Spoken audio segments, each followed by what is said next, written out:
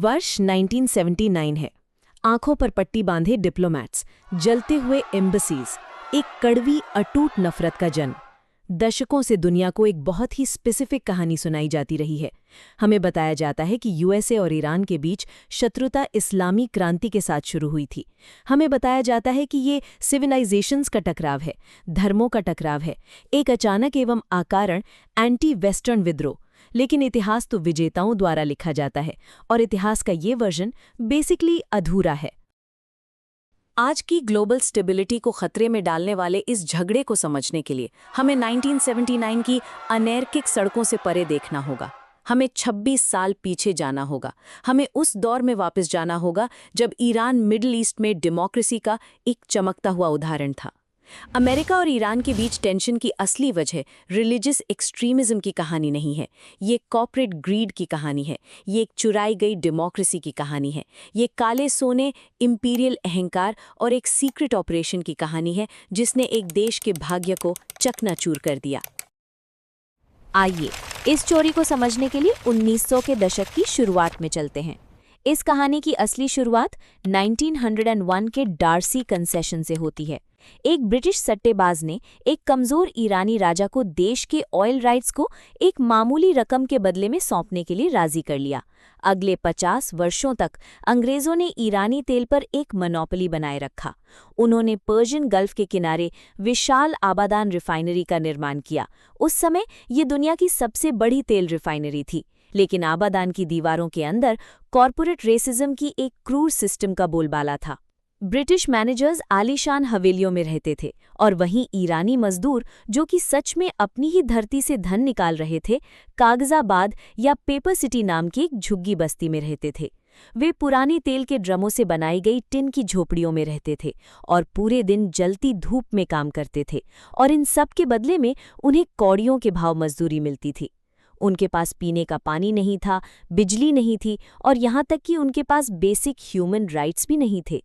Anglo Iranian oil company ने लाखों pound sterling का तेल निकाला, जिससे पूरे ब्रिटिश एम्पायर और ब्रिटिश फौज को पावर मिलती थी।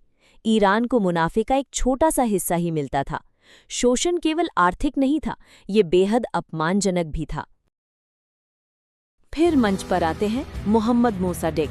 वो जन्म से अरिस्टोक्रेट हैं, लेकिन दृढ़ विश्वास से एक कट्टर डेमोक्रेट हैं। वे हाईली एजुकेटेड हैं और उन्होंने यूरोप से लॉ में डॉक्टरेट की डिग्री प्राप्त की है। वे एक सच्चे देशभक्त हैं। वो अपनी अनोखी पर्सनालिटी के लिए भी जाने जाते हैं, जैसे अपने बेड से ही ऑफिशियल काम मैनेज करना और अपनी जनता पर हो रहे सफरिंग्स पर खुलेआम रोना।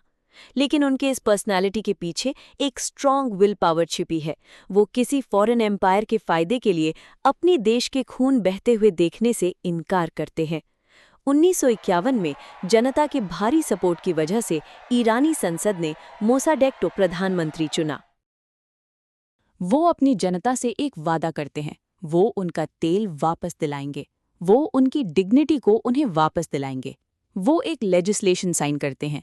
ईरान का तेल उद्योग आधिकारिक तौर पर नेशनलाइज्ड हो गया। ब्रिटिश मोनोपोली रातों रात टूट गए।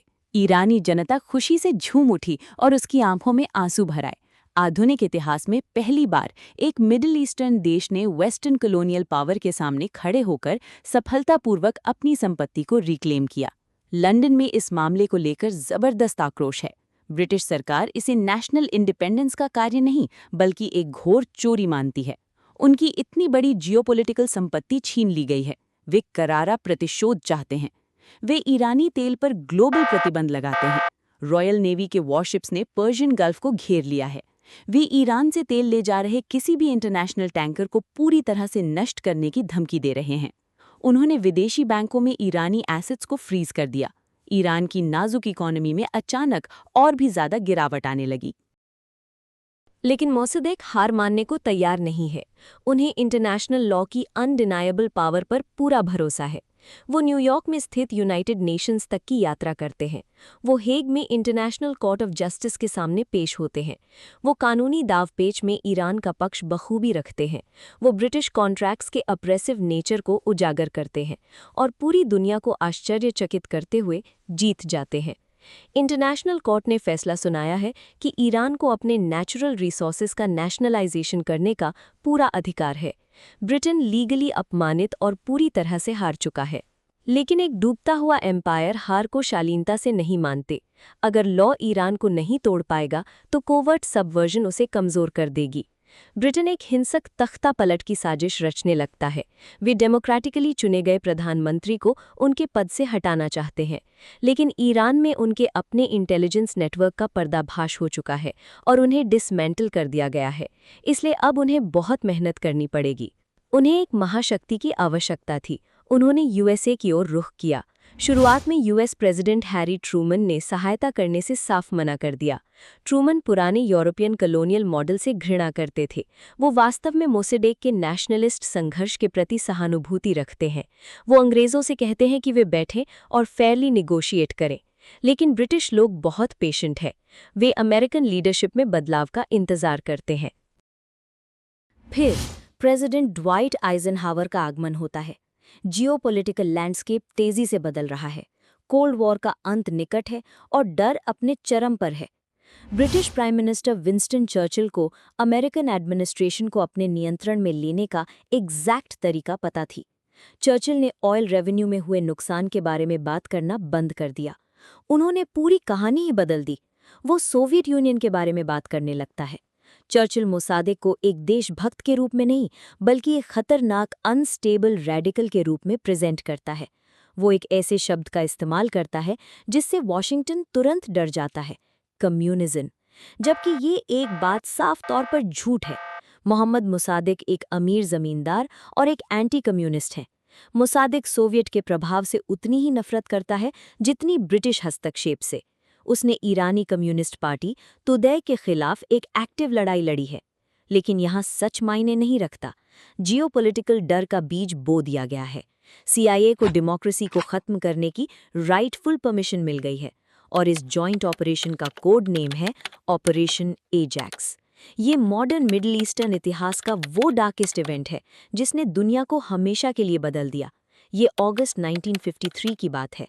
सीआईए के एक senior officer Kermit Roosevelt border cross करके ईरान में घुस जाते हैं। वे अपने साथ एक सूटकेस में $10 लाख कैश लेकर आते हैं। उनका एकमात्र मिशन ईरानी डेमोक्रेसी को जड़ से उखाड़ फेंकना है। सीआईए और ब्रिटिश MI6 ने एक बहुत बड़ा साइकोलॉजिकल वॉरफेयर कैंपेन शुरू किया। उन्होंने ईरानी पॉलिटिशियंस को रिश्वत दी।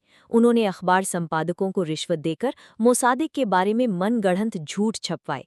वे अफवाहें फैलाते हैं कि वो एक कम्युनिस्ट गद्दार है जो इस्लाम को बर्बाद करने की साजिश रच रहा है। वे गली के गैंग्स, गुंडों और क्रिमिनल्स को पैसे देकर तेहरान में भयानक दंगे भड़काते हैं। वे ये सब इसलिए करते हैं ताकि एक ऐसा भ्रम पैदा हो सके कि ईरान अनार्की की ओर बढ़ रहा है। उनका लक्ष्य यही है कि ईरानी जनता को इस कदर मजबूर करना कि वो सुव्यवस्था के लिए एक तानाशाह की गुहार लगाएं। लेकिन साजिश में एक बड़ी बाधा आ जाती है। मोसाडेक को शुरुआती मिलिट्री कू के प्रयास का पता चल जाता है। वो मेन लीडर्स को गिरफ्तार करवा लेते हैं। ईरान का शाह मोहम्मद रजा पहलवी, जो इस साजिश में शामिल था, घबरा जाता है और एक कायर की तरह देश छोड़कर रोम भाग जाता है। वॉशिंगटन का सीआईए मुख्यालय इस मिशन को अनसक्सेसफुल मानता है और कर्मिट रूजवेल्ट को मिशन रद्द करने और सुरक्षित स्थान पर जाने का आदेश देता है। लेकिन रूजवेल्ट आदेशों का उल्लंघन करके आगे बढ़ता रहता है। वो हद से ज्यादा केओस फैलाता है और क्रिमिनल गैंग्स को पैसे देकर सड़कों पर घूमने, तोड़फोड़ करने और धार्मिक जनता को डराने के लिए झूठे कम्युनिस्ट नारे लगाने को कहता है। ठीक उसी समय वो करप्ट मिलिट्री ऑफिसर्स जैसे जनरल फजलुल्लाह जाहिदी को रिश्वत देता है। 19 अगस्त 1953 को अमेरिकी टैंक्स आ पहुंचते हैं। फॉरेन इंटेलिजेंस द्वारा भेजे गए रिबेल मिलिट्री यूनिट्स प्रधानमंत्री के आवास पर धावा बोल देती हैं। प्रधानमंत्री के वफादार रक्षकों को घंटों चली लड़ाई के बाद हार का सामना करना पड़ा। सैकड़ों निर्दोष ईरानी सड़कों पर मारे गए। अंततः घर जलकर राख हो गया। मोहम्मद मोसाडेक को पकड़ लिया गया। मिडिल ईस्ट की पहली डेमोक्रेसी के दिए को बुझा दिया गया। ये कू एक बड़ा सक्सेस साबित हुआ। शाह मोहम्मद रजा पहलवी अपने ब्रीफ एग्जाइल से लौट आते हैं। उन्हें सिंहासन पर एक बार फिर बिठाया जाता है, लेकिन अब कॉन्स्टिट्यूशनल मोनार्क के रूप में नहीं, बल्कि एक तानाशाह के रूप में। नेशनलाइज किया हुआ तेल फिर से विदेशी हाथों में चला जाता है। एक नया इंटरनेशनल एसोसिएशन बनता है और अंततः अमेरिकी तेल कंपनियों को उनका हिस्सा मिल जाता है। अंग्रेजों को अपना बदला मिल जाता है, लेकिन ईरानी जनता एक भयानक नाइटमेयर में फंस जाती है। मोसाडेक के समर्थकों को दोबारा रिवोल्ट करने से रोकने के लिए CIA और इजरायली खुफिया एजेंसियों ने शाह को एक रूथलेस और सीक्रेट पुलिस फोर्स सवाक बनाने में मदद की। अगले 26 सालों तक सवाक ने पूरे ईरान में आतंक राज कायम रखा। वे उन लोगों का शिकार करते हैं जो गवर्नमेंट पॉलिसीज को क्रिटिसाइज करते हैं। वे यूनिवर्सिटी स्टूडेंट्स को टॉर्चर करते हैं, इंटेलेक्चुअल्स, लेबर यूनियन के नेताओं और पत्रकारों को मौत के घाट उतार देते हैं। वे पूरे देश में हर सेक्युलर, डेमोक्रेटिक और मॉडरेट राजनीतिक आवाज को कुचल देते हैं। ईरान के पॉलिटिकल लैंडस्केप को नष्ट कर दिया जाता है। लेकिन ऑपरेशन रेजिस्टेंस को नष्ट नहीं करता, बल्कि उसे और बढ़ा देता है। पॉलिटिशियंस, इंटेलेक्चुअल्स और छात्रों की आवाज दबाकर शाह अनजाने में ही विद्रोह के लिए जगह बना देता है। मस्जिदें, रिलीजियस गुरु और रिलीजियस एक्सट्रीमिस्ट्स में दबा हुआ गहरा गुस्सा सुलगता रहता है। ये प्रताड़ित लोगों के कड़वी यादों में कैद हो गया है कि उनसे उनकी डेमोक्रेसी छीन ली गई थी। ईरानी जनता मोहम्मद मोसादेक को अभी भी नहीं भूली है। वे उन विदेशी शक्तियों को नहीं भूली है जिन्होंने कॉर्पोरेट प्रॉफिट्स के लिए उनकी स्वतंत्रता का गला घोटा था। आखिरकार 1979 में ज्वालामुखी फट ही जाता है और उसे रोकना बिल्कुल इम्पॉसिबल था। इस्लामिक रेवोल्यूशन ने शाह को सत्ता से हटा दिया। रेवोल्यूशनरीज ने तेहरान में अमेरिकन एम्बेसी पर धावा बोल दिया। उन्होंने अमेरिकी नागरिकों को बंधक बना लिया। वेस्टर्न वर्ल्ड पूरी तरह से सदमे में है। लेकिन ये कोई आम बेतुका रिलीजियस एक्सट्रीमिज्म नहीं है। ये 1953 की दर्दनाक समय का ही अंजाम है। USA ने एक सेक्युलर डेमोक्रेसी को कुचल दिया और बदले में उसने एक एक्सट्रीमिस्ट रिलीजियस गवर्नमेंट को जन्म दिया। आज सुर्खियों में छाई दुश्मनी, कभी ना खत्म होने वाली shadow war, economic sanctions, nuclear tensions, इनमें से कुछ भी इनएविटेबल नहीं था।